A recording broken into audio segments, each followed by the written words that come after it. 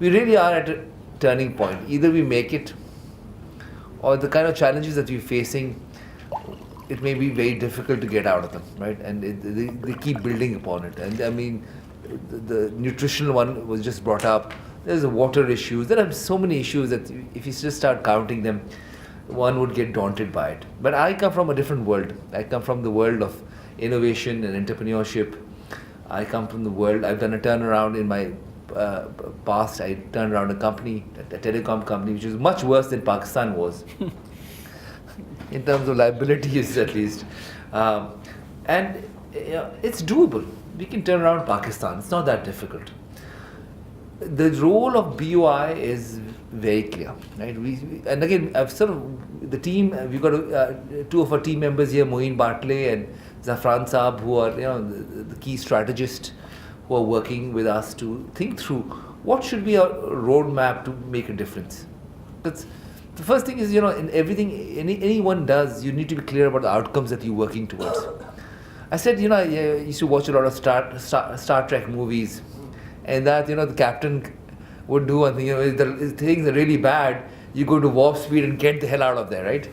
And so for us, what we said is, we need to go in, Pakistan needs to have only one KPI, growth. We need to grow ourselves out of all these troubles. And we need to have one KPI, 9% GDP growth rate. It's doable. We've done a lot of analysis around it. It's very easy to do. It could be 7, it could be 9, it could be 12 for that matter, but we said 9, at least single digit, we can do it.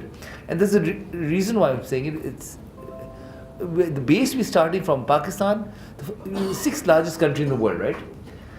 The first 5 contribute 50% of the world GDP. Pakistan contributes 0.3% of the world GDP. So we're playing so under par that's, if we even double, triple, quadrupled, it still would be under par.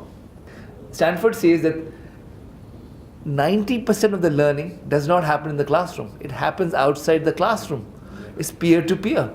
Things have changed dramatically, right? So we have an opportunity to leapfrog, and we have to go forward. That's one of the reasons why the Prime Minister chose me, is because I bring this kind of mindset, and we need to think like this, right? And he himself is, and I took this risk to join the government, right?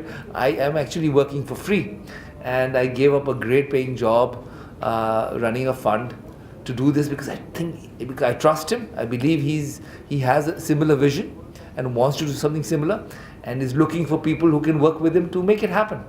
And I'm one of the lucky few, and there are many more who are working with us. Moeen is one of them. He's also volunteered his time, Zafran. And these are really smart people trying to work to solve it. And you guys too, because we're going to take what you have talked about and leveraging it.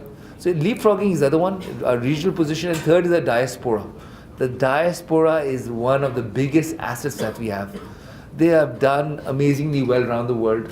They're with the changing environment, even though it may seem like a disaster that the whole religious situation in Muslims around Muslims in the Western world, Middle East changing, a lot of them will be coming back. Right? I think this is the other huge opportunity. Therefore, as BOI, we said we're going to take on 2 major challenges. Right? One is ease of doing business. Pakistan is ranked 147 out of 190 countries. We are working tirelessly, right, to now turn this around. You will see the difference. It used to take 28 days to register a company. Now you can do it in 5 minutes. Right? Massive changes starting to happen through digitalization, simplification, and hopefully deregulation. We are right now just doing the low-hanging stuff, right? Not the difficult stuff, because we need to get some momentum. We need to build some muscle and credibility, because to get from 147 to 100 is relatively easy, and we're probably going to get there. Right? We're really working a sprint. We're doing a T20 with India. India improved from 130 to 100. We said we'll beat them, and we probably will. But getting from there to the top 50, which is a commitment, we made a commitment to the Prime Minister. We will do it within 3 years. That is going to require some heavy lifting, right? It will mean reforming government. The rules of engagement will have to change dramatically. I don't know whether I have the capacity. Even now, it's been 5.5 months. I feel that, wow, this is tough. But it can be done. It requires a will, right? and I'm hoping this election, whoever gets the mandate will come with that kind of will to be able to push through those kind of reforms. This has to be a number one priority. We are our greatest obstruction. The other one is GCI, the Global Competitiveness Index. Again, we saw 122 out of 139 countries. We made a commitment we'll be in the top 50. It's doable. Again, we underestimate, right? We overestimate what we can do in the short term and underestimate what we can do in the long term. That may take more than 3 years, it may 3 to 5 years is the target to get us in the top 50. Top 50, actually I'm saying top 50, but when we, in our strategy sessions, and we're not doing it alone, right? We're taking help. The World Bank is helping us, right? They're sending technical help. Everybody wants to help us. If you're open, like here, we're taking help from you and we're talking to you guys, we're getting a massive amounts of insight into what we need to do and how to move forward on it. And here again, I picked up ease of doing business is the greatest challenge. Where there's a guard post, right?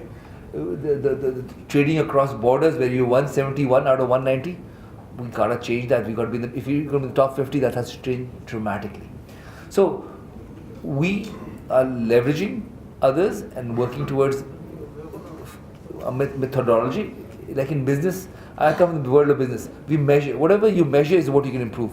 So clearly, I've given my own self KPIs, right, to my boss, who's the Prime Minister, that we got to do this and deliver this to you. Yes, there's going to be an election and there'll be a new boss. Now, we don't know who the new boss is going to be, but we know most likely who it's going to be. And whoever it is, I think there will be both, or anyone who comes there will realize Pakistan needs to be turned around. And if we have an option to offer, they will take it on and make it happen. And here we are showing up and saying we can do it. So this is one of the big things we're working on. Special economic zones, as we've talked about. We try to and special economic zone is part of the industrial cooperation effort, where it's not only about setting up special economic zones, it's figuring out the clusters of industries, right, the need to develop, to have a clear thought process around it. The expert group that came from China, this is the NDRC, which is their National Development Organization. They're giving a lot of technical support, but we think the Center of Excellence is supporting us, but we need a lot more support. And we need every think tank out there to really help us think through it, because this is the story of our reindustrialization, and it's not easy. But the potential is there. We have areas of competency that we're world beaters. Football, right? Surgical goods. We make our own fighter jets. So one of the special economic zones we're talking about is building an aviation city in Kamra. Right? It's a $6 trillion market. $6 trillion. We've got the technology, and it came out of necessity. It's just being able to bring it together in a meaningful way and take advantage of the opportunity. The Chinese are willing to help. Again, they said, they've got a whole expert team around it. But we need to ourselves take responsibility for it. So special economic zones is the other one. And third one is developing an investment policy. Like I said, leapfrogging, a thought process. We don't have a thought process yet. We need to develop it. Prioritize, for example, in local demand. Construction and housing is one of the simplest ways of being able to stimulate the economy, right? And there are 12 million, there's a outstanding demand of 12 million homes. And if you can start filling that, it affects 92 other industries. The kind of demand that it can generate is phenomenal. Education, all those areas are huge areas. So clear thinking is required, technology, innovation. So in that area, what we're working towards is also attracting venture capital funds to Pakistan, creating a policy where there are tax credits, etc., for people investing in startups. So there is the thought process that we're working off. It's not all gloom and, there are a lot of good people working. When I go to the ECC meetings, I was surprised by the quality of discussion. The discussion is there is commitment. But the problem with Pakistan is that there are a lot of challenges. I was just talking to the finance secretary a few days back. He's been having to go to the court every single day, right? He's spending half his time in courts because of the whole, the amnesty scheme, etc., and reviews. So it's a very challenging environment to operate within, and it will require this country coming together. We have to unite not only the political class, the military. We have to find that's why I say 9% GDP growth. That's the only way, if they want to double the budget over the next 10 years, we'll do it. But we need growth, we need cash to be able to pay for those budgets. Said, help us grow and you'll have all the money you want. Same thing with the bureaucracy, right? There needs to be a reform where incentive structures need to be realigned. The judiciary, we need to bring them together. And media, which is another challenge, right? We all have to come together. And therefore, we need a leader. And we're all leaders, by the way. We all need to work towards pushing this agenda. Or coming to unity, faith, discipline. The three guiding principles. Unity, faith, we need to believe in ourselves. We can do this. We can be great. Those who come out of what doesn't kill you makes you stronger. So we are strong. It's just a matter of believing in ourselves and moving forward. And number 3 is discipline. That is the area where we most lack, right? And we need to get our act together. So thank you for inviting me as well, and it's been a very enlightening conversation. I hope you prepare the document. One of the areas where we had a conversation with the Commerce Ministry, with Yunus Daga, is that they are working on trade policy, and they're hiring consultants funded by the World Bank on an investment policy which fits into it. We said we'll work with you to adopt it and integrate it into our investment policy. The first thing is collaboration, right? So in Pakistan we haven't done enough collaboration. So at least the BOI said, Commerce Ministry, we will work with you and integrate your thought process into our investment strategy and policy. Same thing we're doing with the provinces, right? For the first time, we've gone to the provinces and said, because there's a board of investment in every province, we said, you are the front line, we are your back end, right? We will cover your back and we'll work together to make this happen. It's a different mindset that's required to turn this country around. And I hope that we can all work together to make it happen, because it will happen for the sake of our children. This is going to be a great country, and we can catch up and not only lead the world, but